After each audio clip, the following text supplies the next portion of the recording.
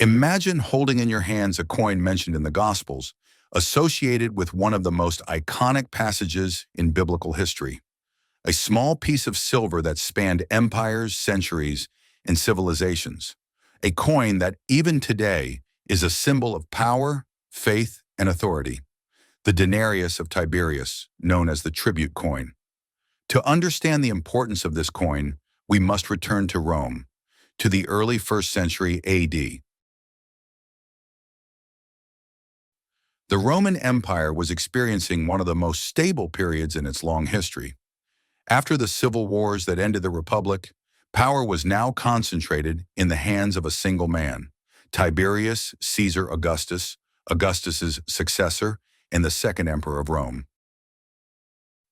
Tiberius was a reserved, disciplined, and, according to some chroniclers, melancholic ruler. He ruled from 14 to 37 AD, a period during which the empire consolidated its borders and strengthened the administration of its provinces. Among these provinces was Judea, governed by Pontius Pilate, the same man who, years later, would be remembered for the condemnation of Jesus Christ. It is precisely in this political and religious context that the famous passage from the Gospels known as the coin of tribute arises. The Pharisees, seeking to test Jesus, approached him and asked, "Is it lawful to pay taxes to Caesar or not?" Jesus then asked them to show him a coin used for paying taxes. They showed him a denarius. He asked, "Whose image and inscription is this?" They answered, "Caesar's." And Jesus said, "Therefore render to Caesar the things that are Caesar's, and to God the things that are God's." This episode is narrated in the Gospels of Matthew 22:15 to 22, Mark 12:13 to 17, and Luke 20:20 to 26. In all versions, the coin represents more than just a means of payment. It is a symbol of Roman imperial power and the confrontation between the earthly realm and the spiritual realm. But after all, what coin was it? Scholars and numismatists are practically unanimous. It was the Tiberius denarius, minted in silver between 14 and 37 AD. On the obverse, it features a portrait of Emperor Tiberius in profile to the right, with the inscription Tiberius Caesar Augustus, son of the divine Augustus. This inscription was not just a formal formula, it was a declaration of power. It affirmed that Tiberius was the heir of a deified man, Augustus, and therefore the holder of an almost sacred authority. On the reverse, a seated female figure is seen holding an olive branch and a scepter, with the legend Pontiff Maxim, short for Pontifex Maximus, or High Priest. Many believe this figure represents Livia, Tiberius' mother, personified as the goddess of peace, Pax or Justitia. Others consider it an allegory of the emperor's own moral and religious authority. In any case, the message was clear. Rome's power had both a political and spiritual dimension. The denarius of Tiberius is an elegant coin, weighing approximately 3.8 grams of silver, with an average diameter of 18 to 19 millimeters.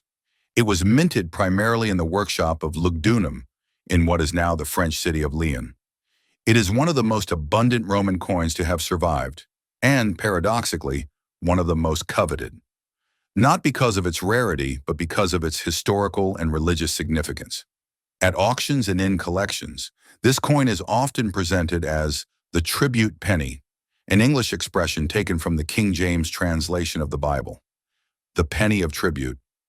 In the numismatic world, this designation has become synonymous with Tiberius's denarius, even though the modern penny has nothing to do with the ancient Roman coin. Imagine for a moment the scenario described in the Gospels.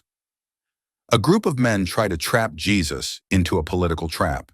If he said no tribute should be paid, he could be accused of inciting rebellion against Rome.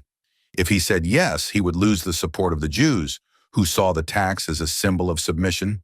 But Jesus wisely responded, "Render to Caesar the things that are Caesar's, and to God the things that are God's." With a simple phrase and with the help of a coin, He transformed a trap into an eternal lesson.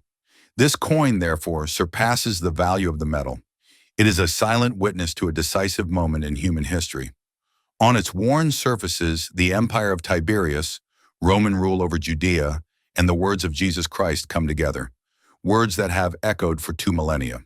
Today, every Tiberius Denarius found is a tangible fragment of this narrative, a link between ancient history and faith, between numismatics and spirituality.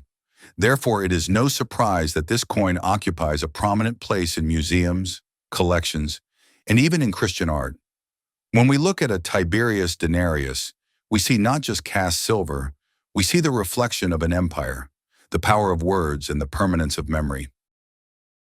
Coin is, above all, a reminder of the eternal relationship between man, power, and faith.